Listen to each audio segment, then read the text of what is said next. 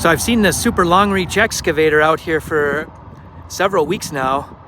Obviously they're mucking out something, and I've seen them go down pretty deep with that thing. I think they're trying to clean some type of ditch out, but that is a big machine.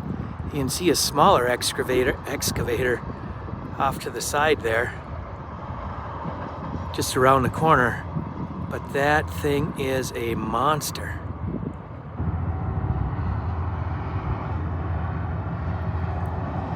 They've got these white bags. I don't know if they're putting in gypsum, or I have no idea. I guess I won't even pretend to know. But that thing is a monster.